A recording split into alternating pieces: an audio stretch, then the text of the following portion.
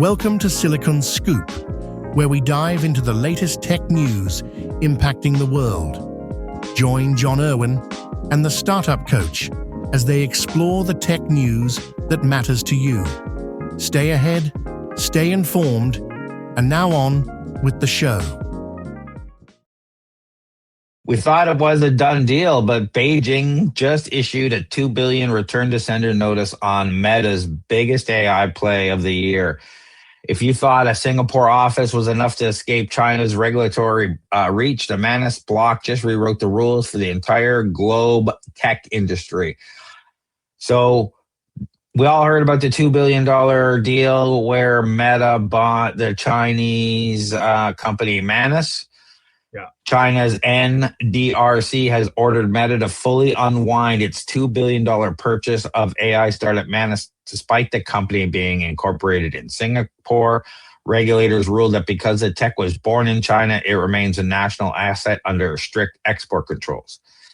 So this effectively kills Singapore washing, which is a strategy of moving Chinese startups offshore to facilitate a U.S. sale, and declares that AI talent itself is now restricted government export. And this is kind of a big deal because a lot of people have been paid. You know, people have moved. Some people have been laid off. People have moved into the Meta offices. Investors in Manus have got their money and cashed out. And all of a sudden, everyone's saying, okay, no, everybody's got to put everything back. All those deals got to go back and everything's got to be unwound. And so it's not simple because, you know, the deal was done back in December. And then the China's NDRC started the investigation in January. So now that they've come out with this deal, Meta said they were going to try and fight it, but it looks less and less likely that that's going to happen. What do you think about this, John? Yeah, this is so. It's funny that, and I'll probably get hacked by China for this, but like it's funny that China can pick and choose when it decides whether or not a company is linked to China. Think about the TikTok deals and all that sort of stuff where ByteDance was based in Singapore, but China said, oh, no ties to China. And they all said no ties to China. But yet this is the same kind of thing where there is a company in Singapore and there's ties to China. And now they decide, oh, yeah, these are ties to China. So this is a complex, unprecedented kind of move from what I understand. So the deal has already progressed. Like you said, code bases and models were partially integrated already. Employees had transitioned roles.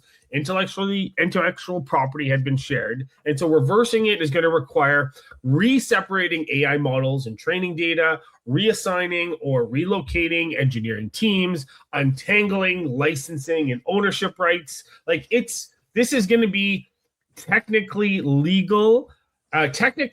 legally messy. And it's absolutely nuts. The other thing too is that this is going to set a precedent, right? Because this isn't a one-off. So future deals involving Chinese origin AI companies are going to face mandatory security reviews. Even minority investments could be blocked.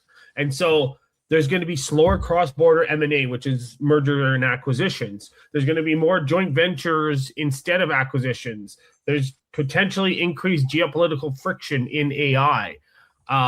There's a lot that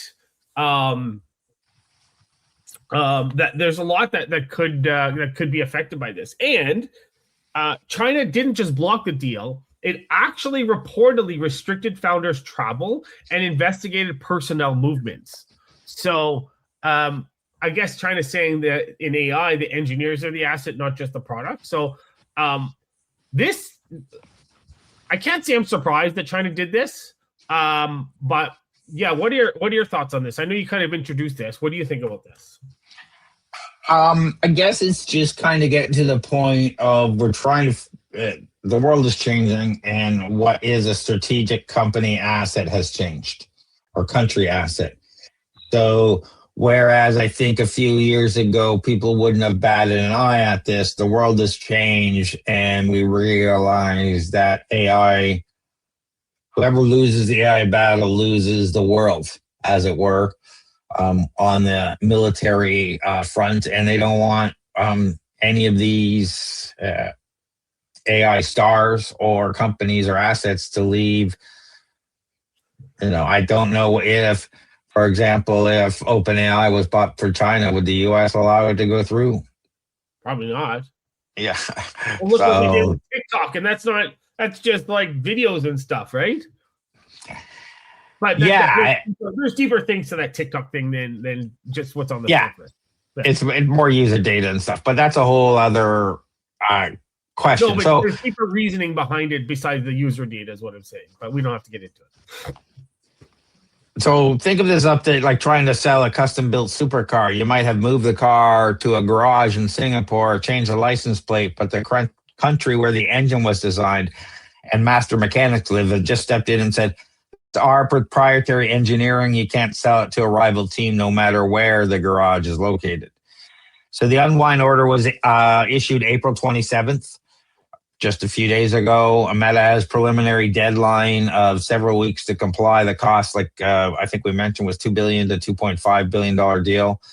Is currently in legal inbox because Meta faces a massive write-down if they can't recover the costs if people don't cooperate on the other end. So Manus AI agents, which were being integrated in Meta's ecosystem, are now legally frozen for U.S. global users, so they can't use them. I don't know. I think of this as two ways. People countries starting to draw a line, and second, Meta can't get a break. Yeah, I know. They did. Yeah, whatever they tried to do never quite works out. They just gave up on the metaverse after $80 billion worth of investments. They haven't given up on the metaverse, by the way. There's more money being spent on it that I just read about. So we can cover that another day, but yeah. Agreed, but it's a lot less than it used to be. I think what happens is some companies jump the gun on how ahead this technology is going to be.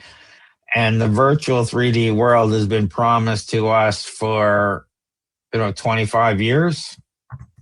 Yeah. And we're just not there yet. But maybe in the next 20. Anyway, that's a separate story. My point being is they can't catch a break because this was Manus is a great product. And it would compete with like OpenClaw, Claude Cowork, and a lot of these other tools. And at one point, it was the leader. Now, Claude Cowork came out after this and all that, and I haven't gone back to look at Manus and compare the two. But Manus was definitely a leader in the industry for a while. And this gave Meta a leg up as they started integrating this technology ahead of many of the others into their platform, as everyone's trying to be the developer platform of choice, as well as the AI builder platform of choice to dominate that market. And Meta just, loses this deal. Everyone's using their Llama models for their own stuff, which is all open source models. It'll be interesting to see where they pivot to, because their AI, except for the base models, which everyone uses, no, I don't see too many people using their flagship models. So I don't know what's happening there. And they're never in the conversation. No, they're not. And here's the other thing too, is so this is like the way that China's approaching this, it's essentially setting AI is officially a sovereign asset class, because it's confirming that AI is now treated like semiconductors, energy infrastructure, and defense systems, which isn't surprising, right? And both the U.S. and China are restricting cross-border investments. They're blocking acquisitions. They're controlling talent movement. So it's a shift from, because at one point we were becoming more of globalization, and it's becoming more, tech is becoming more of a nationalism type of thing now. Would you agree? Well, I think absolutely. I think COVID proved one thing to countries, that they need to be able to produce their own medicine in a crisis, that they need to produce some of these things that they currently, out of globalization, outsource to other countries because it's cheaper, faster, more efficient at a global scale. all the things when global's in harmony, but then you have a crisis and every country's vying for the same stuff. And we got to see that when everyone's vying for the vaccines. Now we live in a fragmented world of hostility. We don't know who's going to be on whose side in an Iran confrontation, in a Ukraine confrontation, in a otherworldly other areas of the world going on. And as the Cold War or whatever actual war heats up, these businesses are starting to break themselves apart because they can be shut down overnight. This is the most aggressive use of the China's Foreign Investment Security Review. It's version of CFIUS since the 2020 inception, marking it the first time a completed AI deal has been forced to full unwind. Yeah. Yeah. So go ahead. Go ahead. The ruling hinges on legal doctrine, AI talent as a technology export. It means moving a team of engineers to a foreign office can now be legally classified as smuggling intellectual property. Manus parent company Butterfly Effect attempted to de-cyanize by wiping the Chinese social media and blocking Chinese IP address months before the Meta deal was announced, but that's didn't help. The two founders are currently under exit bans in China. They were summoned for questioning in March 2026 and haven't been allowed to leave since. So we'll keep an eye on this, but it looks like that deal's done, and we're not going to see too much technology from China, I don't think, coming to the West from an investment or ownership point of view anytime soon. Yeah. Let us know what you think.